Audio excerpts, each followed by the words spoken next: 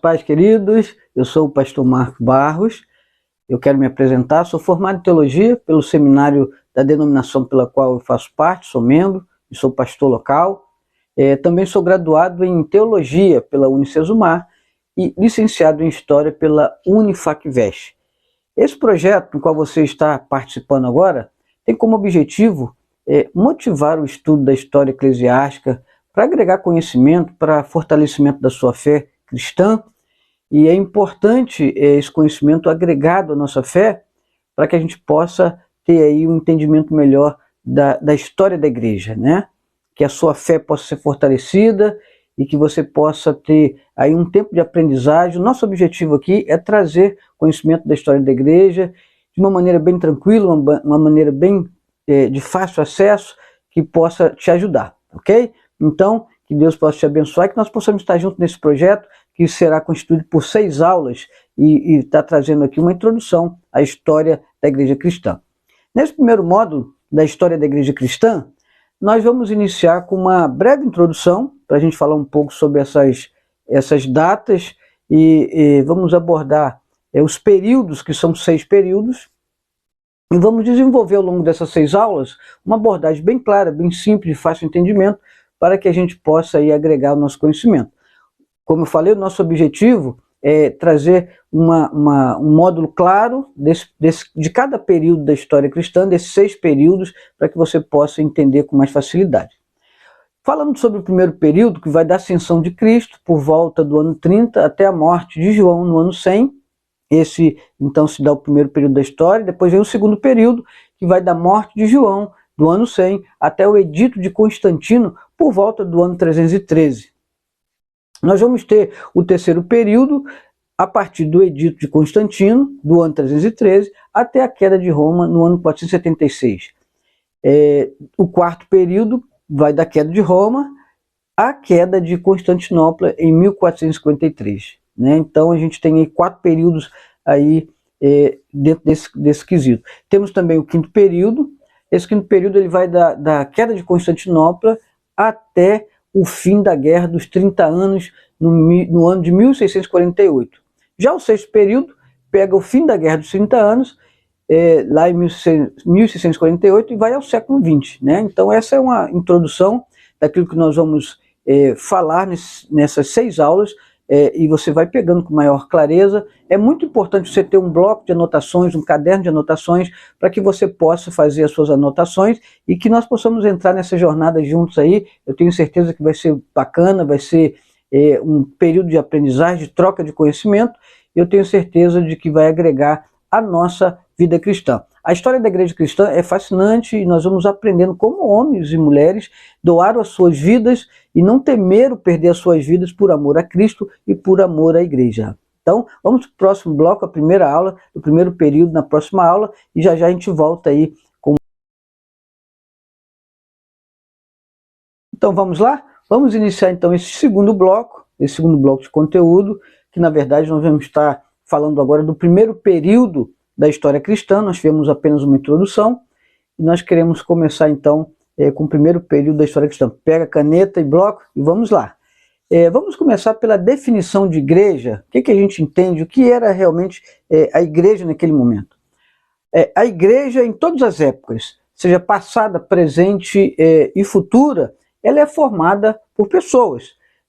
Todos aqueles que creem em Jesus de Nazaré, o Filho de Deus.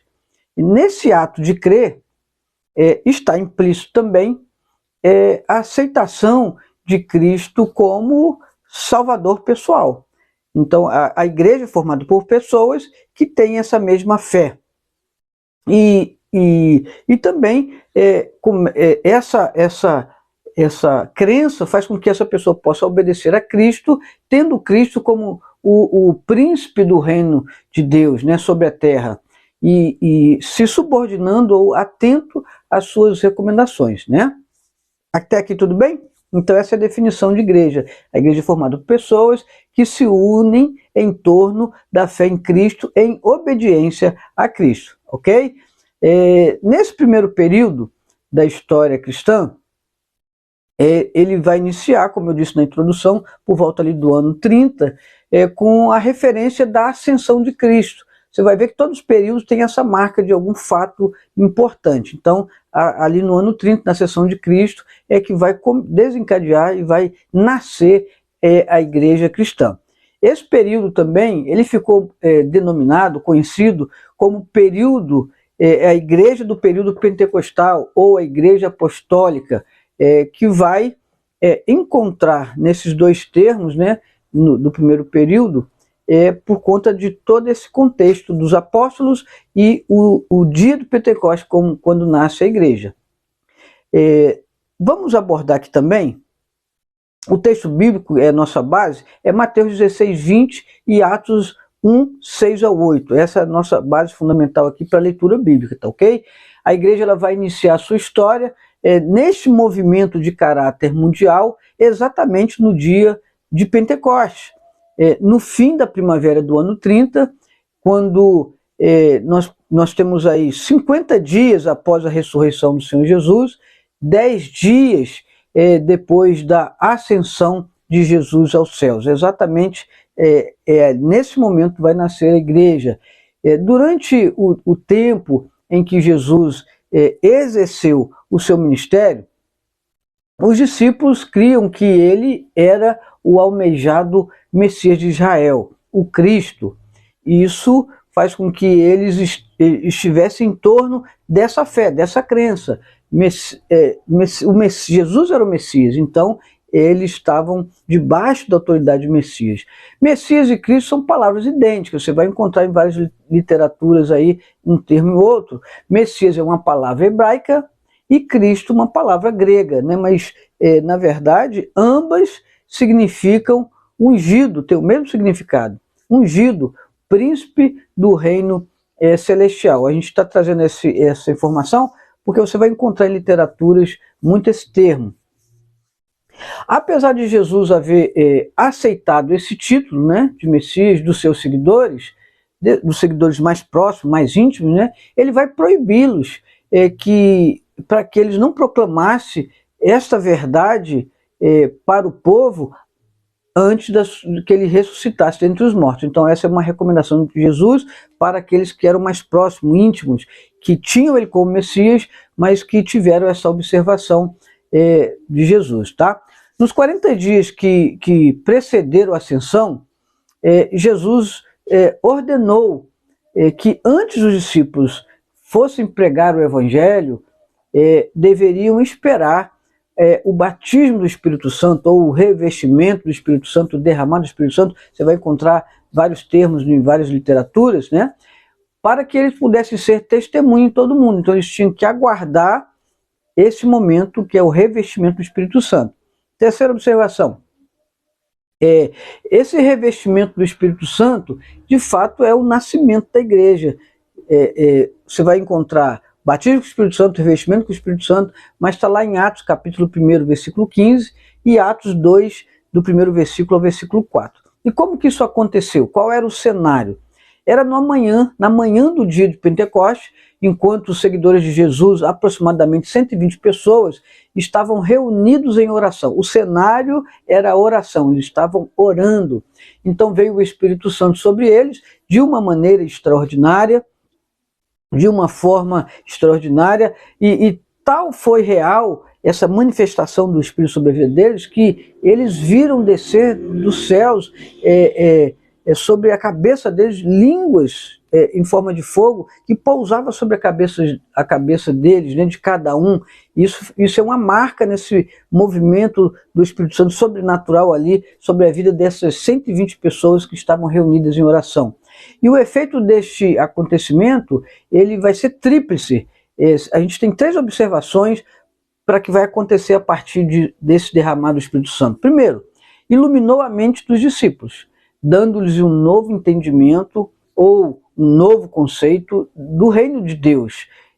Havia muita confusão, havia muitas dúvidas anteriormente, mas a partir do derramado do Espírito Santo, a partir desse revestimento, eles começam a ter um entendimento diferente.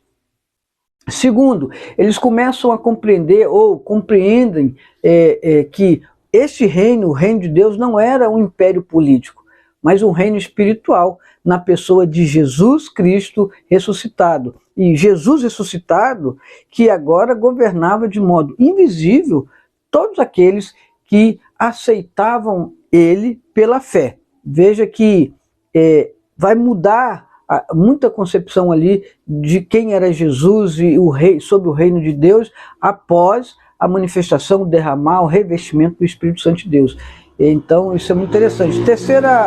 Terceira observação, aquela manifestação ela vai revigorar, vai trazer renovo a todos os discípulos, a todos que estavam próximos de Jesus, porque foi um momento de tensão, a morte de Cristo, né, toda aquela questão toda, eles vão ter fervor do Espírito, eles vão começar a ter uma expressão mais convicta e vão compartilhar e testemunhar com mais convicção, ao ponto das pessoas que estarem também ali recebendo esse testemunho, eles a partir daí começam a receber também esse testemunho com muita convicção. E a gente vai ver mais à frente que eles vão ser chamados de Cristo, né? Não agora nesse primeiro momento, mas mais à frente eles vão ser chamados de Cristo, pequenos Cristos, por conta dessa unidade, por conta dessa uniformidade que eles tinham, essa semelhança com Cristo. Então o Espírito Santo, desde então, passa a habitar permanentemente na igreja, mas a gente precisa entender que não é na igreja institucional, né, na organização ou no mecanismo, mas passa a habitar como possessão individual daqueles que formavam a igreja. Lembra que a gente falou? A igreja era formada por pessoas.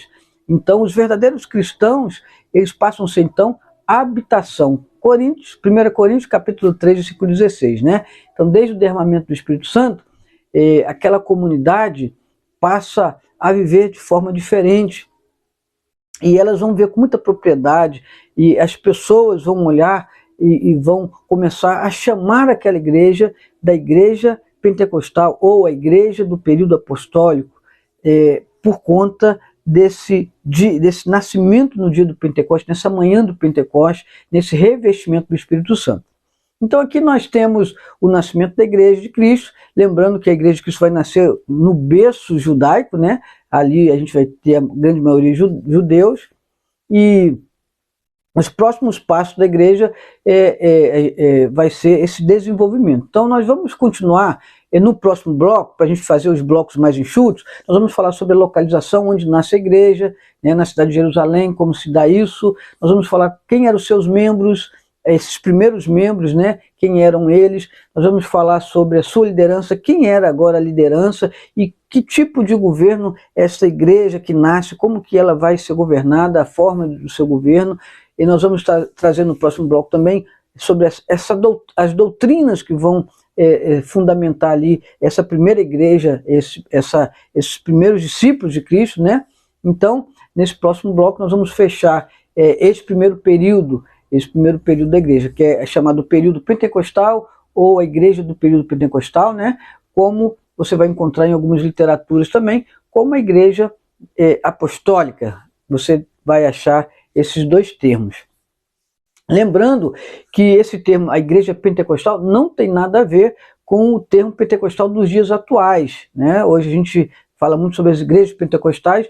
Esse primeiro período da igreja, essa nomenclatura que a igreja vai receber das pessoas à sua volta, e vai ser com muita propriedade, não tem nenhuma correlação com o que a gente tem hoje. Então é um contexto diferente, né?